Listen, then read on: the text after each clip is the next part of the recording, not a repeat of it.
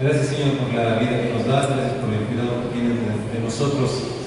Gracias porque eres tú en todas las cosas haciendo, Señor, cosas que son buenas para nosotros, Señor. Proveyendo, cuidando, teniendo cuidado, trayendo sanidad a nuestras vidas. Gracias en nombre de Jesús. Pido que esta palabra la entendamos, Dios, que nosotros conozcamos, crezcamos en conocimiento de tu palabra, que nos damos a Dios. En nombre de Jesús, gracias. Amén. Bueno, hermanos, hoy quiero que empecemos con una serie de sermones, de mensajes o de enseñanzas, donde vamos a cubrir la enseñanza básica de la palabra de Dios. Vamos a estar cubriendo los principios del cristianismo, lo básico de la enseñanza de la doctrina, y eso es súper importante, tiene una muy fuerte aplicación, porque es la base de lo que nosotros creemos, y lo que tú crees es lo que tú puedes también lograr, lo que tú puedes obtener de Dios, de tu relación con Él. Por ejemplo, si tú conoces acerca de la provisión de Dios para tu salud, entonces tú cuando estás enfermo tú puedes pedir a Él en ese sentido, y puedes tener una certeza de que lo que estás pidiendo es conforme a la palabra de Dios, conforme a lo que Él enseña, a lo que Él mismo ha hablado, Él mismo ha prometido. Entonces, la enseñanza de la doctrina, la enseñanza de la palabra de Dios es una cosa bien, bien importante. Y vamos ahora a ver lo que se llama la doctrina o la enseñanza leche, que es lo primero que se le da a los bebés, lo primero que los bebés comen y con lo que empiezan a desarrollarse, y eso les pone las bases a los pequeños para desarrollarse, para formarse, para terminar de crecer, para prepararse cuando pueden empezar a comer comida más sólida, ¿sí? La primera carta de Pedro, en el capítulo 2, versículos del 1 al 3, dice así: por lo tanto, abandonando toda maldad y todo engaño, hipocresía, envidias y toda calumnia, deseen con ansias la leche pura de la palabra, como niños recién nacidos. Así, por medio de ella, crecerán en su salvación, ahora que han probado lo bueno que es el Señor. Entonces, dice que debemos desear esa leche, debemos desear ese alimento básico, esa primera enseñanza de la palabra de Dios que nos va a permitir crecer, crecer en nuestra salvación. Amén. Entonces, vimos primera carta de Pedro 2, del 1 al 3, ¿sí? El siguiente versículo que vamos a ver está en Hebreos 6, del 1 al 3. Y Hebreos 6, del 1 al 3, nos da un listado, nos pone en una lista esas primeras enseñanzas de la palabra de Dios, esas primeras cosas que debemos conocer. Y comienza diciendo: por eso, dejando a un lado las enseñanzas elementales acerca de Cristo, avancemos hacia la madurez. La cuestión es: ¿qué pasa si no conocemos esas enseñanzas elementales de la doctrina de Cristo? A ver, déjame ver si...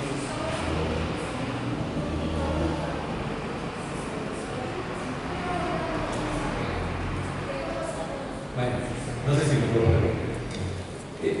Y entonces Él nos dice que conozcamos esa enseñanza fundamental, esa enseñanza básica, y después avancemos a la madurez.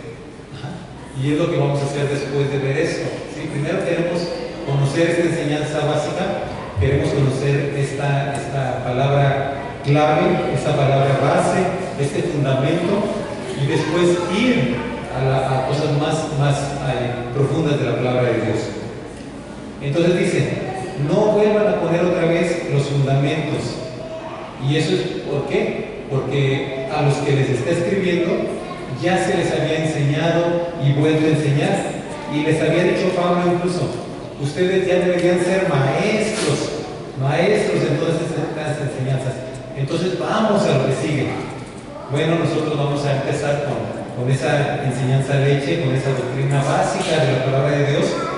Y aquí lo dice, por ejemplo, y dice, entonces, tales como, uno, el arrepentimiento de las obras que conducen a la muerte. La siguiente, la fe en Dios. La siguiente, la instrucción sobre bautismos. La siguiente, la imposición de manos, la resurrección de los muertos y el juicio eterno. ¿Sí? Entonces, la enseñanza de Cristo, el conocimiento de Cristo, la doctrina de Cristo es lo primero. Después dice conocer acerca del arrepentimiento de obras muertas. Este también es parte de la enseñanza básica que nosotros debemos tener. La fe en Dios, ¿sí? La instrucción sobre bautismos, la imposición de manos. Y esto puede parecer un tema como, va a ser aburrido, va a ser algo pesado, algo de pura enseñanza. La verdad es que tiene una aplicación tremenda,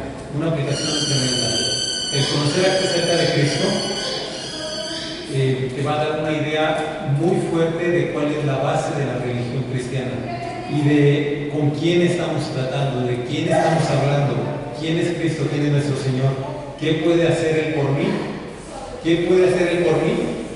hasta dónde va a llegar Cristo por nosotros. El arrepentimiento de obras que conducen a la muerte nos va a enseñar acerca de cómo nosotros ir dejando lo que debemos dejar, quitando cosas de nuestra vida, por qué debemos hacerlo, cómo debemos hacerlo, dónde están nuestros errores. La fe en Dios, cómo tener una fe correcta en la palabra de Dios, qué es la fe, qué tipos de fe hay, cómo yo estoy realmente viviendo en fe, viviendo por fe y no por obras, viviendo por mi vista, viviendo por mis sentidos naturales o viviendo por una fe espiritual en la palabra de Dios.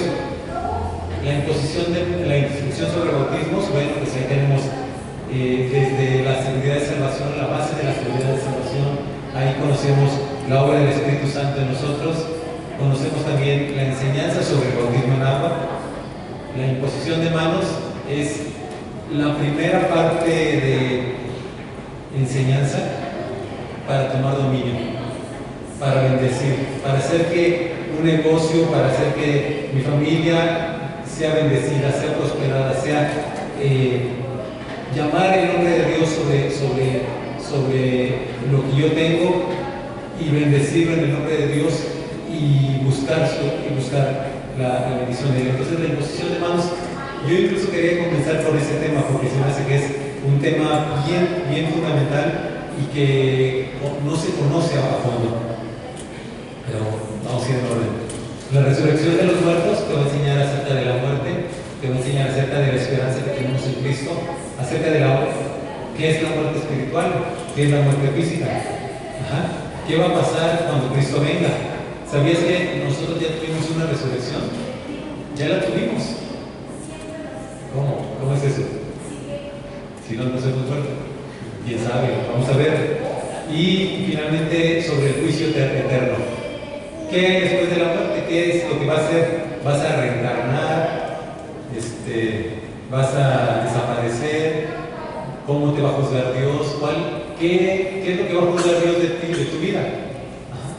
Entonces, si tú quieres llegar bien al juicio, pues más vale que sepas qué dice la palabra de Dios acerca de eso. ¿Sí? Entonces, lo primero que vamos a ver es el conocimiento de Cristo, la enseñanza, la doctrina, los fundamentos de la doctrina de Cristo. ¿Sí? Y aquí vamos a tomar dos textos. Uno es Primera Carta de Timoteo 3:16. ¿Sí? Primera Carta de Timoteo, capítulo 3, versículo 16. Mi Biblia es automática, no es estándar, entonces no me hago así y ya ahorita se pasa para allá. Dice: no hay duda que es grande el misterio de nuestra fe. Es un misterio tremendo, es un misterio muy grande, el misterio de nuestra fe. Si tú ves otras religiones y ves cómo hablan de Dios, cómo hablan acerca de la salvación, Lo que dice la palabra de Dios, nuestra creencia en Él, es una cosa que es un misterio y que incluso es una locura, la locura de la predicación de la cruz. Cristo se hizo hombre, Dios se hizo hombre y vino a morir por nosotros. Es como una locura. Normalmente lo que se enseña en las religiones es por tus obras, por tu buena vida, por una buena conducta, por una buena mente, por un espíritu apartado del mal y separado, es que los hombres se superan y llegan a la eternidad, cosas así, o por sacrificios, pero Dios se hizo hombre, dice, Él, Dios mismo se manifestó como hombre. Y lo primero que dice, que nos enseña acerca de Cristo Jesús, es que Él es Dios. Dios se hizo carne.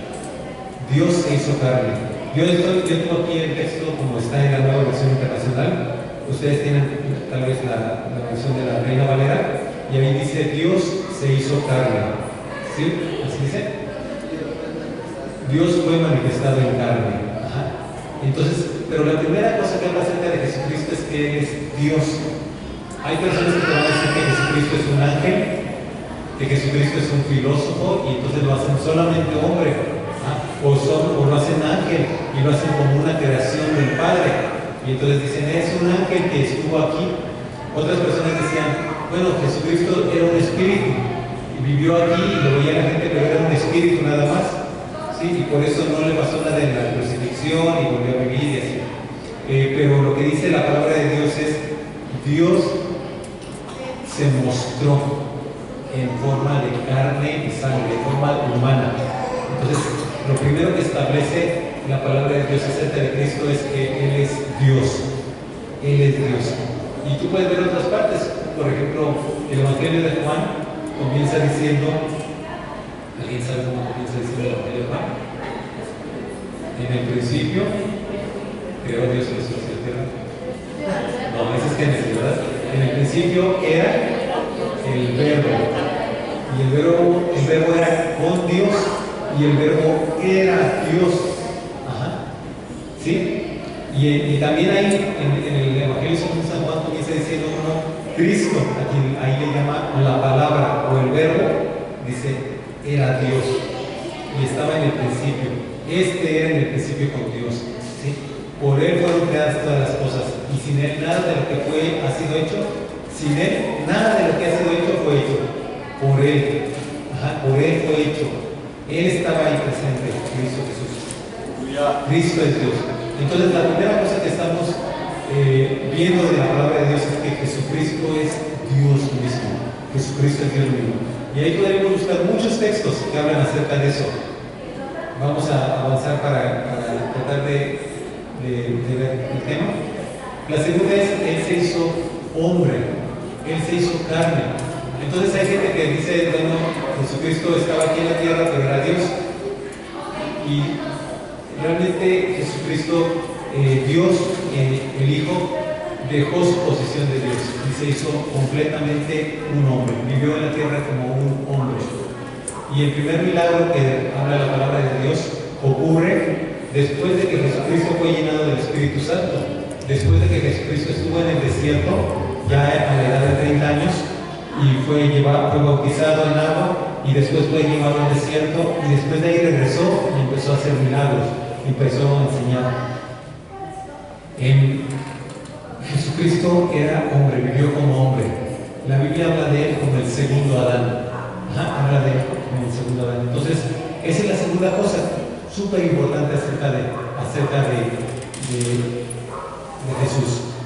No es un ángel, no es solamente un filósofo, Él es Dios, pero Él es Dios puesto en forma de hombre, totalmente. Dejó su gloria, dejó su eternidad y se vino a ser hombre. ¿Y cómo nació? Nació de una mujer, de María. ¿Sí? La tercera cosa que dice después ahí, dice, fue vindicado, fue justificado en el Espíritu. ¿Y eso qué significa? Eso significa que Él vivió como hombre, murió en la cruz por nosotros, y cuando murió en la cruz, Él cargó nuestros pecados. La Biblia habla de Jesús diciendo que Él se hizo maldición por nosotros. La Biblia habla de Él diciendo que Él tomó todos nuestros pecados y los clavó en el madero, los dejó clavados en el madero. Entonces, Él muriendo por nosotros en forma de hombre, Él muriendo en la cruz. ¿Qué tipo de muerte era la cruz? ¿Alguien sabe? ¿Alguien sabe qué representaba para los judíos morir en una cruz o morir colgado? Maldición, maldito el que sea colgado en un madero. Estaba escrito en la ley. Y Cristo Jesús está muriendo en un madero. Él está tomando la maldición del pecado que nos tocaba a nosotros y está muriendo ahí. Aunque la palabra dice que Él murió, Él nunca hizo pecado. Él no hizo pecado, no hizo maldad. Pero está muriendo cargando los pecados de todos nosotros. Entonces, al morir en esa condición, ¿qué pasó con Cristo Jesús? Murió y fue al cielo. Murió y fue a la presencia de Dios. Murió y desciende a los infiernos por el castigo del pecado que estaba Él cargando, por el castigo del pecado que Él estaba llevando sobre sí. Mi pecado, tu pecado, el pecado de todo el mundo, de toda la gente, estaba sobre Cristo Jesús. Y por ese pecado Él es llevado al infierno. Pero Él no había pecado. Entonces el Espíritu lo justificó. El Espíritu Santo lo justificó y le repuso su posición de justo y lo resucitó al tercer día. Por eso Cristo resucitó, porque Él no había cometido maldad. Jesucristo no resucitó por haber sido un buen hombre, por haber muerto por nosotros. Jesucristo no resucitó porque el Padre lo amaba. Jesucristo resucitó porque Él no había cometido pecado como hombre. Y al tomar mis pecados, Él recibió el pago de la maldad, porque la paga del pecado es muerte. Y entonces Cristo, cuando tomó mis pecados, los pecados de Martínez Alvarado, y Cristo estaba en la cruz, crucificado, clavado, y Él tomó los pecados míos, Él se hizo merecedor de la muerte. Él se los apropió, Él agarró mis pecados y los tomó para sí. Y entonces, cuando Cristo se hace responsable de mis pecados, Cristo es merecedor de la paga del pecado, merecedor de la muerte. Y entonces Él estaba condenado a morir. Y entonces Él entregó su espíritu. Padre, en tus manos entrego mi espíritu. Y Él muere y es llevado al infierno. Y el Espíritu Santo al tercer día lo levanta de los muertos, porque Él no cometió maldad. Por eso dice, fue justificado en el Espíritu, fue vindicado, fue puesto de vuelta en su posición. ¿Sí? Lo siguiente dice, fue visto por los ángeles. Y eso nos habla, durante toda su vida en la tierra, los ángeles estuvieron presentes.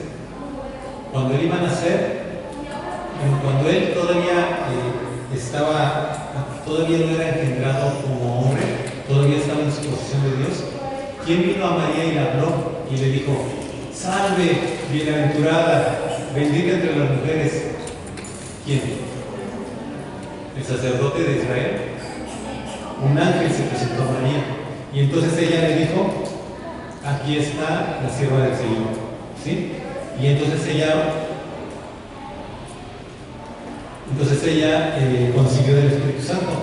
Y después a José vino y le habló un ángel y él la recibió por mujer. Y después vino un ángel y le dijo a José, huyan a Egipto, cuando el niño había nacido. Y después, cuando estaban en Egipto, pasó un tiempo, el niño ya había crecido un poco, le dijo, regresa a Israel porque los que buscaban la muerte del niño ya han muerto. Y regresó José con María y con el niño a Israel. Y durante la tentación, los ángeles estuvieron ahí presentes y después del ayuno de Jesús les servían. Y estuvieron en diferentes momentos en la vida de Jesús. Después dice, Cristo ha sido proclamado entre las naciones. Y eso es una cosa que nos habla acerca del poder de Dios, acerca del poder del Evangelio. Una cosa bien importante de esto, hermanos, es que en el Evangelio hay poder de Dios. En el Evangelio hay poder para salvación. Y no solamente para salvación de nuestras almas y es algo espiritual, sino en el Evangelio hay poder para transformar mi vida y para sanar mi cuerpo. Y para hacer milagros y cosas tremendas en el nombre de Jesús. Por eso Cristo ha sido proclamado entre las naciones.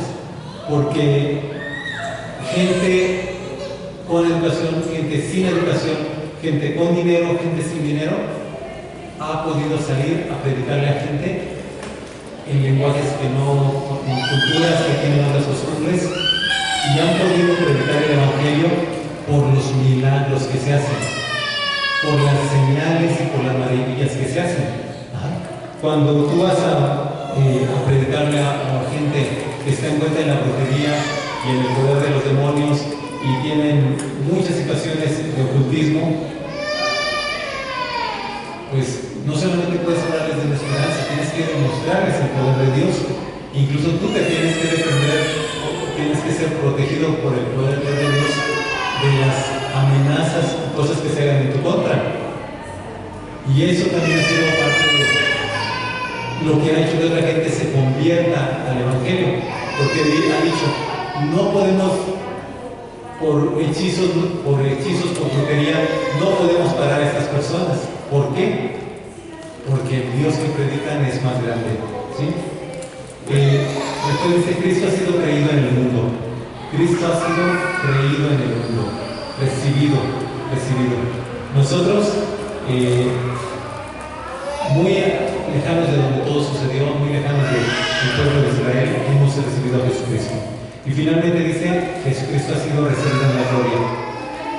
Y lo que te dice ahí es que Jesucristo no está en una cruz, no está colgado de un madero, no está crucificado, sino Jesucristo está recibido en gloria. Jesucristo le fueron abiertas las puertas del cielo, Él ha sido glorificado. Y el Padre le dijo, siéntate a mi diestra. Y Jesucristo está sentado a la diestra de Dios Padre.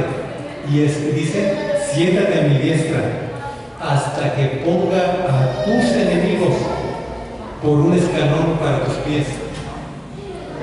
El Padre le dijo, lo recibe en gloria, y le dice, siéntate a mi lado, Jesús, siéntate a mi lado, hijo mío, y espera, hasta que todos tus enemigos sean puestos como un escalón para que tú pongas tus pies ahí. Y eso es lo que está pasando, hermanos. Jesucristo está en esa espera, hasta que Él venga por segunda vez, ya no como un profeta, ya no como un maestro, ya no como un hombre, sino Él va a venir a tomar todos los reinos de la tierra. Y Él va a reinar sobre todas las naciones. Es lo que dice el Salmo 2. Honren al Hijo. Fíjate, David el salmista diciendo en el Salmo número 2, honren al Hijo. ¿Sí? Porque su ira se inflama, su ira de repente estalla, y Él va a gobernar sobre las naciones con vara de hierro. Entonces, lo que vemos ahí es, primero, Cristo es Dios.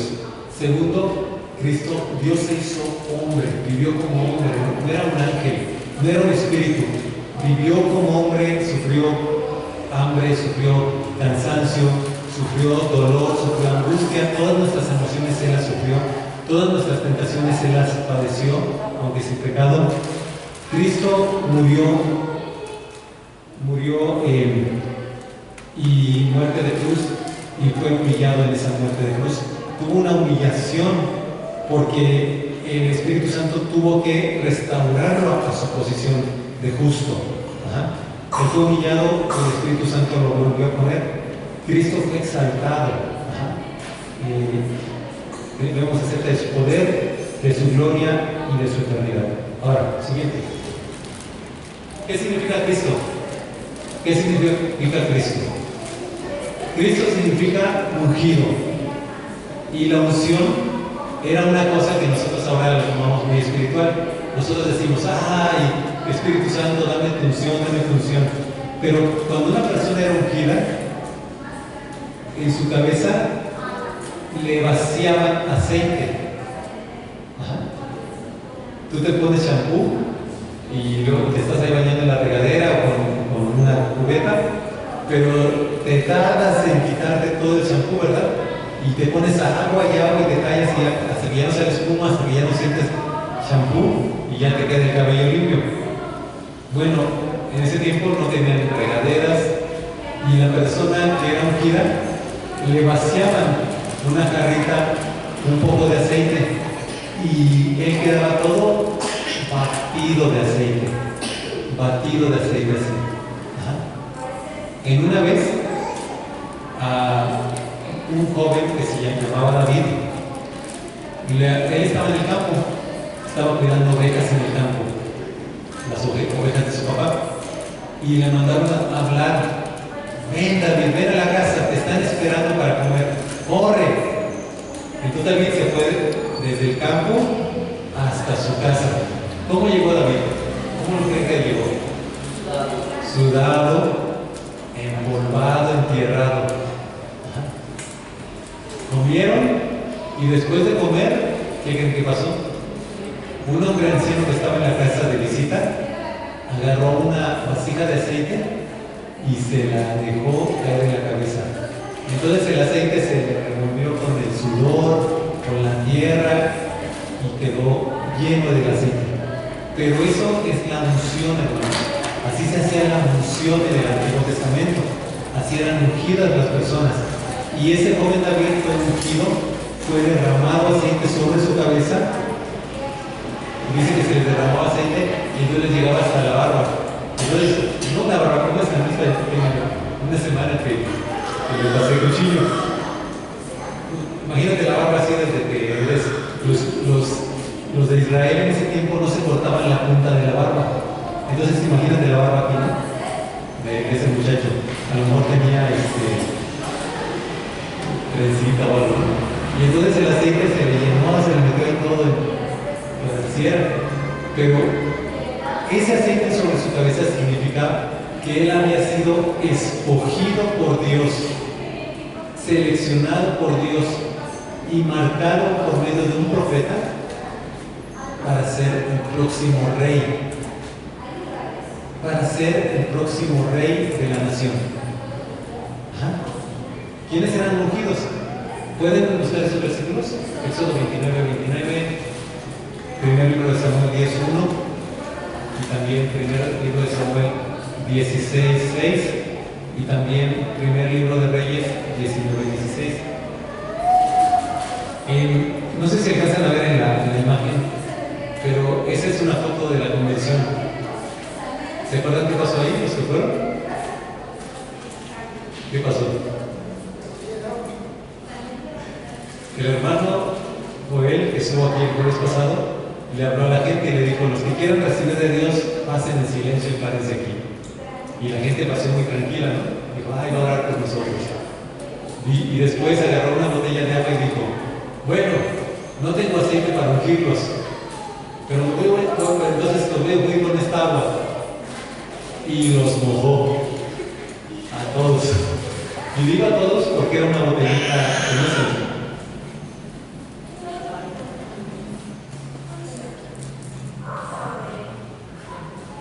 Entonces, una botellita muy pequeña, era una botellita muy pequeña, ¿verdad? Pero entonces la persona que era ungida era así. Vamos a celular. La persona que era ungida era algo así como esto. Algo así. Y fíjense cuánto le puse. Nada, ¿verdad? Entonces imagínate que te vaciaran un poco más de aceite. Que te vaciáramos todo esto de aceite. ¿Se lo echamos? Sí. Entonces, la persona que era ungida le vaciaban una buena cantidad del aceite, ¿no?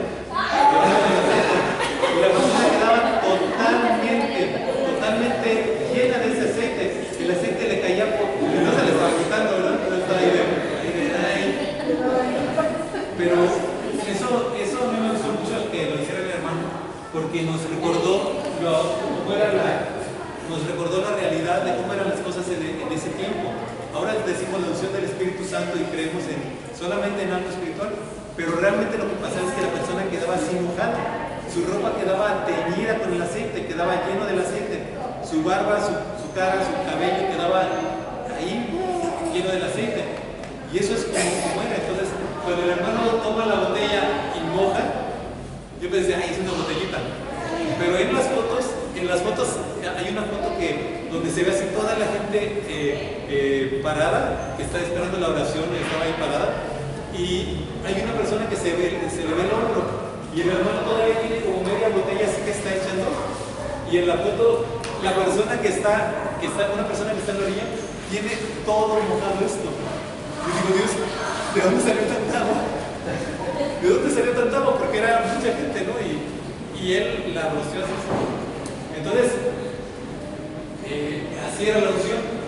Y la persona que quedaba ungida, en el Antiguo Testamento, en hebreo le decían el Mesías.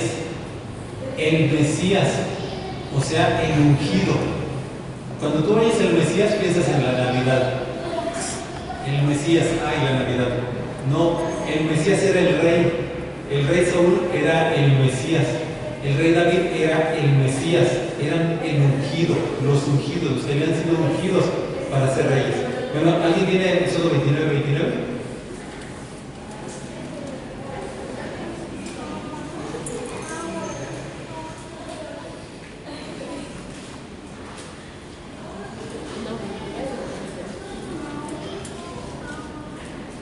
Entonces, si quería hacer... Y las vestiduras santas que son de Aarón serán de sus hijos después de él, para ser ungidas en ellos y para ser en ellas consagradas. Exacto. Entonces, los descendientes de Aarón, del sacerdote, iban a ser ungidos, e incluso sus ropas también iban a ser ungidas, y con eso iban a quedar consagrados para el servicio a Dios, como sacerdotes. ¿Sí? Éxodo 29. Primero Samuel, capítulo 10, versículo 1. Entonces Samuel tomó un frasco de aceite y lo derramó sobre la cabeza de Saúl. Luego lo besó y le dijo: es el Señor quien te ha ungido para que gobiernes a su pueblo. Exacto, un frasco, ¿no?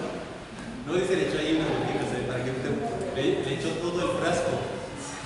Te ha ungido para que seas rey, ¿verdad? Primero libro de Samuel 16:6.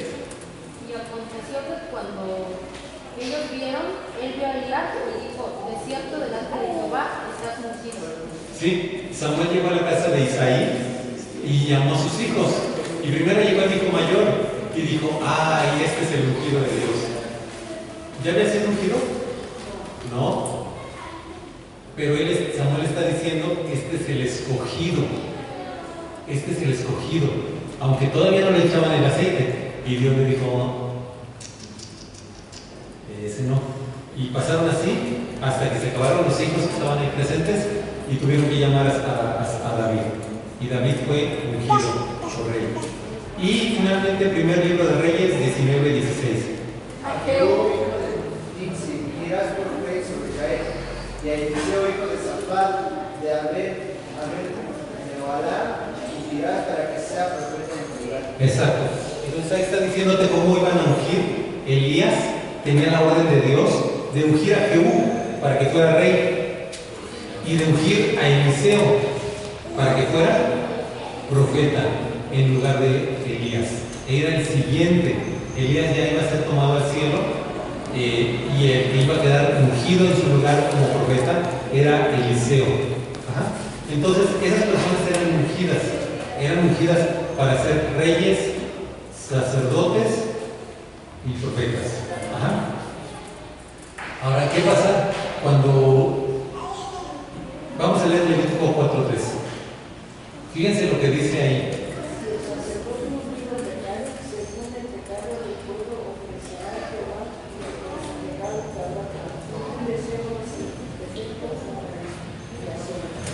Exacto.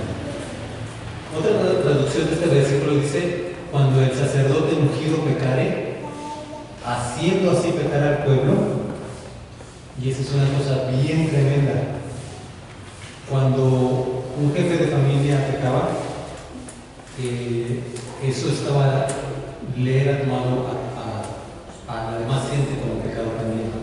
Y ahí se los dejo para que lo publiquen.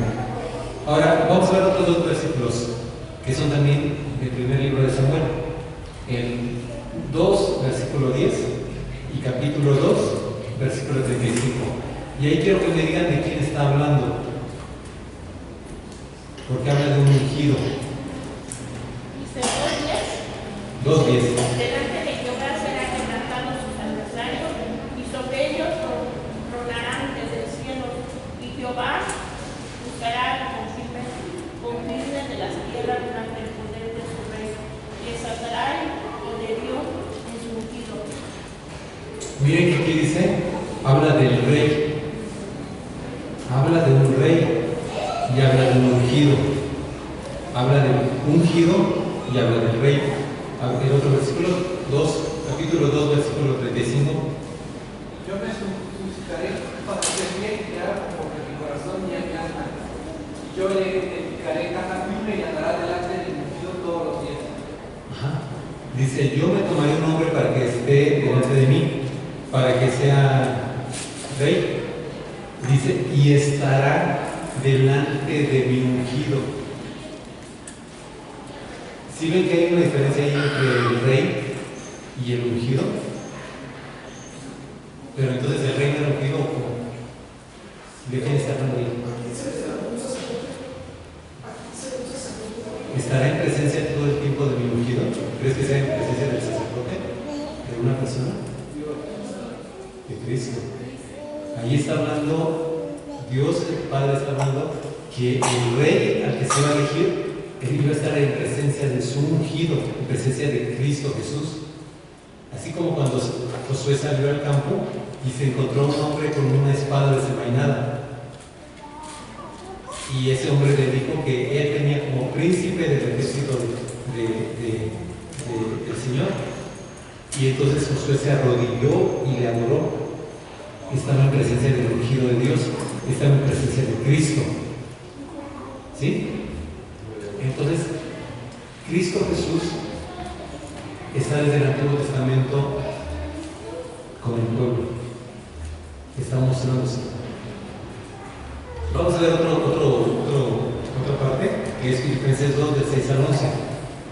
Y estos versículos también nos hablan acerca de Cristo y nos muestran lo mismo que vimos hace un momento. ¿Alguien lo puede leer, por favor? Igual siendo forma de Dios, no estimó ser igual a Dios como cosa que aferrarse, sino que se despojó a sí mismo tomando forma de siervo, hecho semejante a los hombres. Y estando en la condición de hombre, se humilló a sí mismo, haciéndose obediente hasta la muerte y muerte de cruz. Por lo cual Dios también exaltó hasta lo sumo y le dio un nombre que es sobre todo nombre, para que el nombre de Jesús sea doble, para que el nombre de Jesús se doble toda rodilla de los que están en los cielos y en la tierra y debajo de la tierra, y toda lengua confiese que Jesucristo es el Señor, para la gloria de Dios Padre. Exacto. Entonces dice que él, siendo igual a Dios, no estimó eso como cosa a que aferrarse, sino que se despojó y se hizo semejante a los hombres. Entonces ahí ves que él es Dios, ahí ves que él se hizo hombre. Dice, y se humilló y se hizo obediente hasta la muerte, y muerte de cruz. Y ahí ves su humillación. Él tomando mis pecados, tomando la maldición de morir en una cruz, siendo humillado, haciéndose obediente hasta la muerte. Y él voluntariamente se humilló. Voluntariamente él tomó una posición la más baja que podía tomar. Entonces nosotros después venimos acá a la iglesia o andamos en nuestra vida y nosotros nos queremos sentir como hijos como los reyes, ¿no? ¿Sí se entiende la expresión? Cuando somos bonitos. Queremos vivir como reycitos. Cuando Cristo nos pone el ejemplo como Él se humilló. Él fue obediente.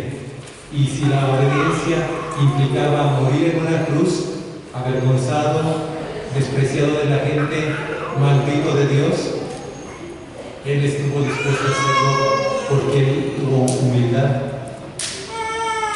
pone el ejemplo para que nosotros también seamos personas de servicio, personas que se dan a servir a otras personas y que tienen esa capacidad de ser humildes. Ajá. Y no es ser humildes para que después nos reconozcan, sino simplemente es: Señor Jesús, yo sigo tu ejemplo, yo sigo tu ejemplo y ya. Después dice la palabra: por eso Dios lo exaltó. Dios lo exaltó hasta lo sumo. Ya sabemos que Jesús está en la gloria de Dios. Nos habla de que Cristo no se quedó humillado, no se quedó clavado en una cruz, no se quedó su cuerpo en la tumba, sino que Dios lo resucitó. Dios lo resucitó y lo levantó y lo trajo a su diestra. Y dice: para que en el nombre de Jesús se doble toda rodilla, de los que están arriba en el cielo, bajo en la tierra. Y nosotros, cuando estamos orando por una necesidad, cuando estamos enfrentando una enfermedad o un problema, nosotros estamos dudando del poder de Dios. Nosotros estamos pensando: ay, me iré a sanar, ay, irá Dios a hacer esto, ay, ¿qué pasa si Dios no lo hace? ¿Qué pasa cuando Jesucristo no se quedó en la tumba? Cuando Jesucristo no se quedó en la cruz, sino que su cuerpo fue vuelto a la vida y transformado y resucitado, y en su nombre se dobla toda rodilla. Y cuando hemos visto frente a nuestros propios ojos, tuyos y míos, yo creo que aquí pocos, tal vez son pocas personas las que no han visto cuando un demonio se ha sujetado al nombre de Jesús.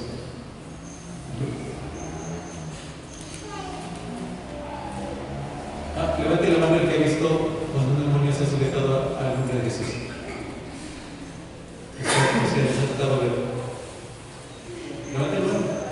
Aquí en el que se pasó, estaban muchos de ustedes. Era una señora, era una mujer, ¿verdad? Que venía endemoniada. Nos ha pasado en las casas. Cuando hemos tomado los ídolos de la Santa Muerte y los hemos roto y los hemos hecho pedacitos, y la gente dice: es que la Santa Muerte va a venir y te va a matar. Y pues yo sigo aquí, hermanos, por el poder, por la gloria de Dios, por el nombre del Señor Jesús. Ajá. Entonces, eso es lo importante de la doctrina, hermanos. Eso es lo importante de conocer la palabra, de tener conocimiento. Conocer que Jesús está exaltado en el cielo y en su nombre se dobla toda rodilla. En el nombre de Jesús. Los hombres todavía tienen voluntad y todavía tienen capacidad de decir y de negarse a Jesús. No quiero saber nada de eso, no quiero vivir como eso, no quiero vivir del Evangelio. Pero Jesús regresa a la tierra. Jesús está muy pronto a regresar a la tierra. Tienen que pasar las cosas antes de su venida: la tribulación, el levantamiento del anticristo, el levantamiento de la bestia y el poderío de Satanás en la tierra por medio del anticristo y de la bestia. Todo eso tiene que pasar, pero dura muy poco. Dura menos de 7 años, hermanos. Y el tiempo de la tribulación, 7 años de tribulación, concluyen y comienza el reinado de Jesús físicamente sobre la tierra. Las naciones dominadas por Jesús. Y ahí no hay muchas cosas que se van a pasar durante esos 7 años. Está en Apocalipsis todos los grandes cosas que van a suceder. Pero al final de todo, Jesús va a tomar el poder. Y ahí no valen ejércitos, no valen que una nación tenga armas nucleares, que una nación tenga aviones, portaaviones, porque casi todo ese poderío va a ser destruido por los eventos de los 7 años. Así que la gente va a volver a pelear con espadas, con caballos, con gente de a pie. Y aun cuando sean muchas gentes y muchos en las naciones, no van a tener poder para resistirse al gobierno de Jesucristo.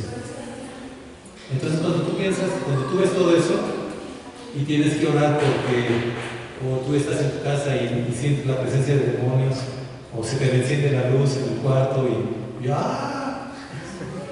Y ahí no te puedes ni parar y estás ahí con la almohada atacándote. Deberías pensar y ver, Jesús es Dios y Jesús se hizo hombre como yo y Jesús murió en la cruz por mí y la muerte no lo pudo detener. Él fue restaurado por el Espíritu Santo, vuelto a poner en su posición. Él está a la diestra de Dios Padre. Dios lo exaltó a lo más alto que era posible, ¿sí? Ni el príncipe de los demonios, nadie tiene esa posición, ese poder que ahora tiene Jesucristo. En su nombre se dobla toda rodilla. En su nombre se dobla toda rodilla. Apocalipsis 12:13 dice que Miguel y los ángeles pelearon en el cielo contra Satanás y Satanás y sus demonios y lo expulsaron del cielo. Y entonces hizo guerra contra los santos, o sea, contra tú y contra mí, tú y yo. Y dice, pero los que creen en Jesús, los creyentes de a pie, le han vencido. Le han vencido a quien, al príncipe de los demonios y a sus demonios, por medio de la sangre del Cordero, por medio de su fe en Jesucristo, por medio de la fe en Jesucristo. Entonces, cuando tú ves todo eso, cuando tú pones a Jesucristo y dices, Él es Dios, Él está a lo más alto que hay, Él está puesto para que a su nombre se doble toda rodilla,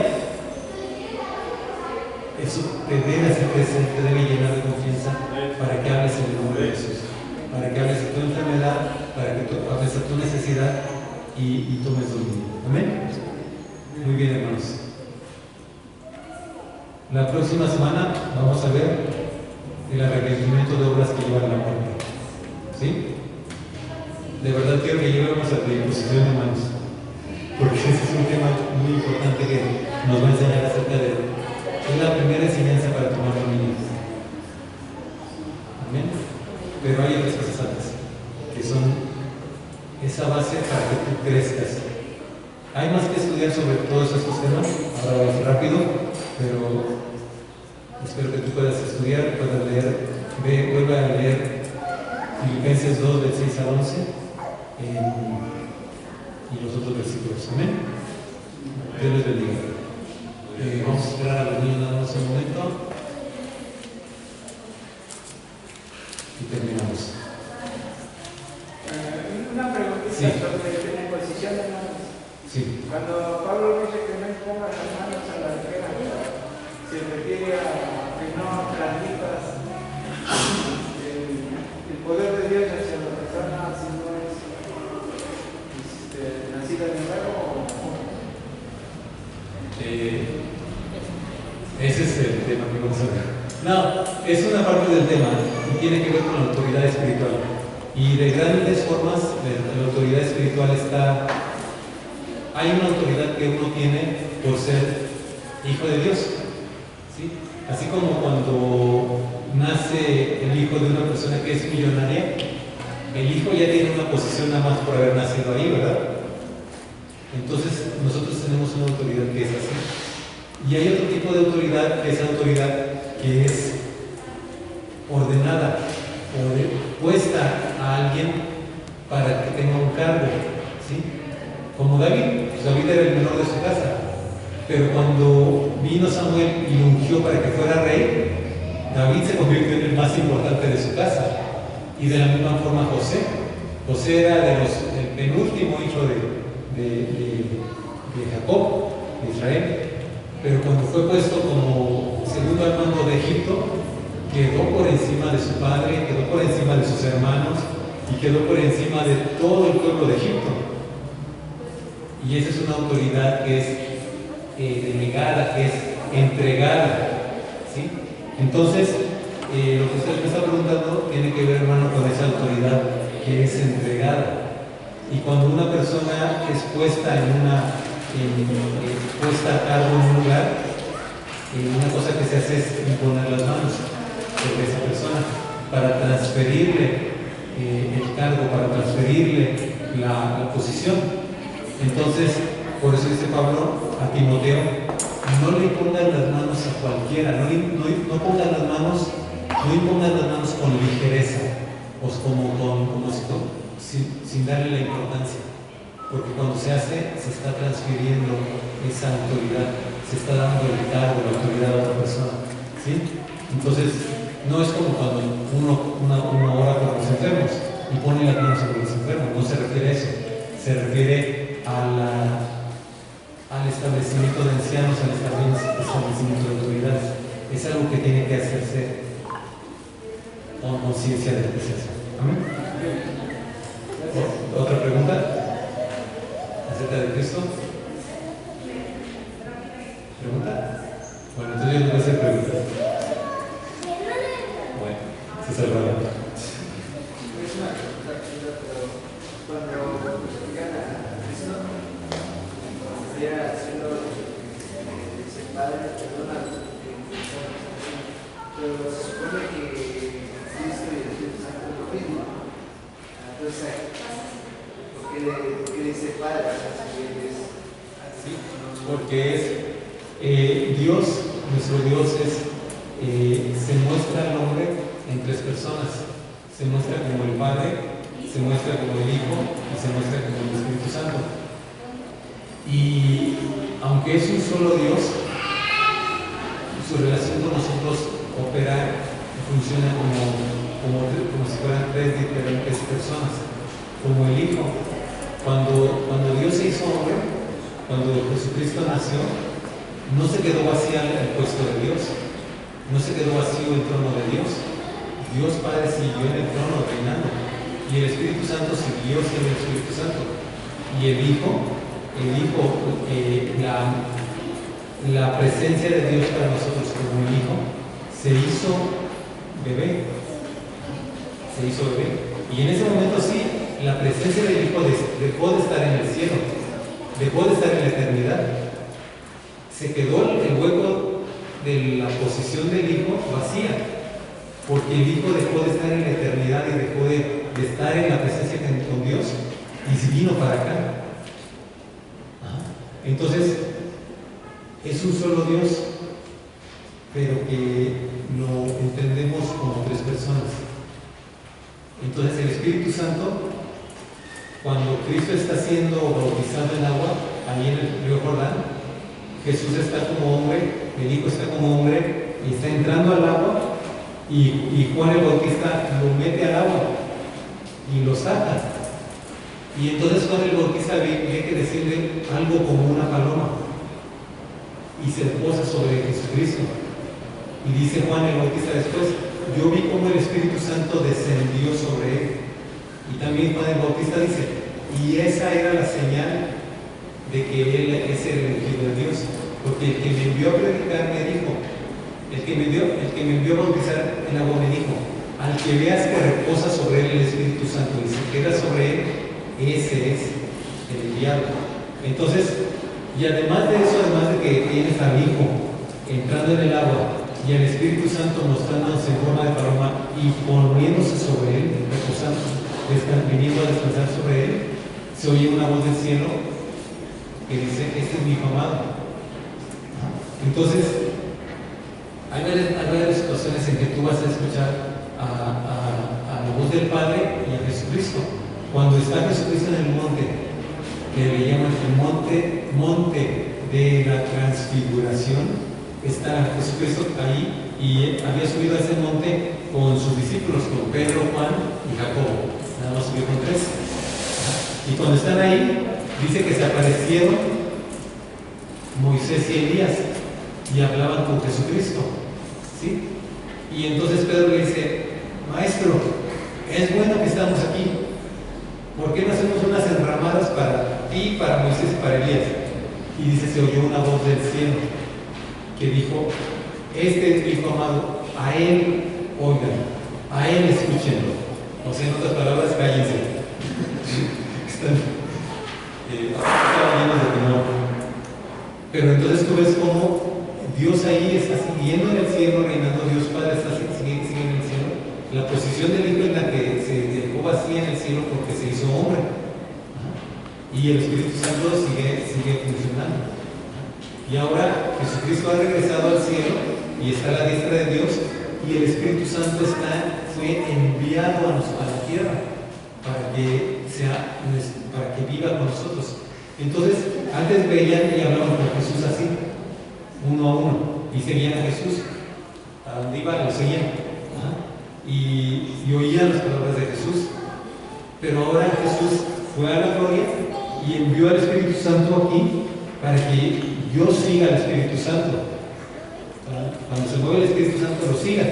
Y yo escuche al Espíritu Santo. El Espíritu Santo me hable y yo hable con él. Y antes Jesucristo estaba y él ponía las manos sobre los enfermos y los sanaba. Pero ahora el Espíritu Santo está sobre mí y sobre ti y sobre cada uno de nosotros para que nosotros hagamos esta obra de Jesús y pongamos las manos sobre los enfermos en el nombre de Jesús, que está en la gloria. Pero el Espíritu Santo saca ese poder, suelta ese poder, hace que salga el poder de Dios para sanar, que es lo que antes Jesús hacía. Jesús estaba lleno del Espíritu Santo y él ponía las manos, oraba la palabra y el Espíritu Santo hacía el milagro.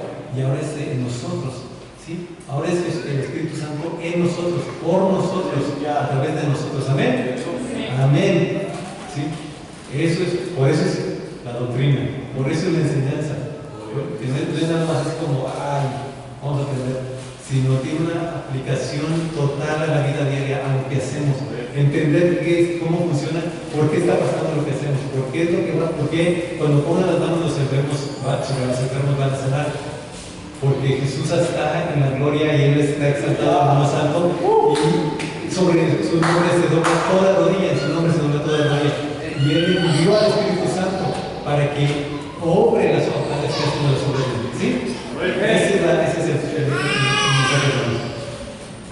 Bueno, vamos a hacer dos cosas: escuchar a los niños y después vamos a orar por los que hayan traído ofrendas y lo puedan dejar ahí.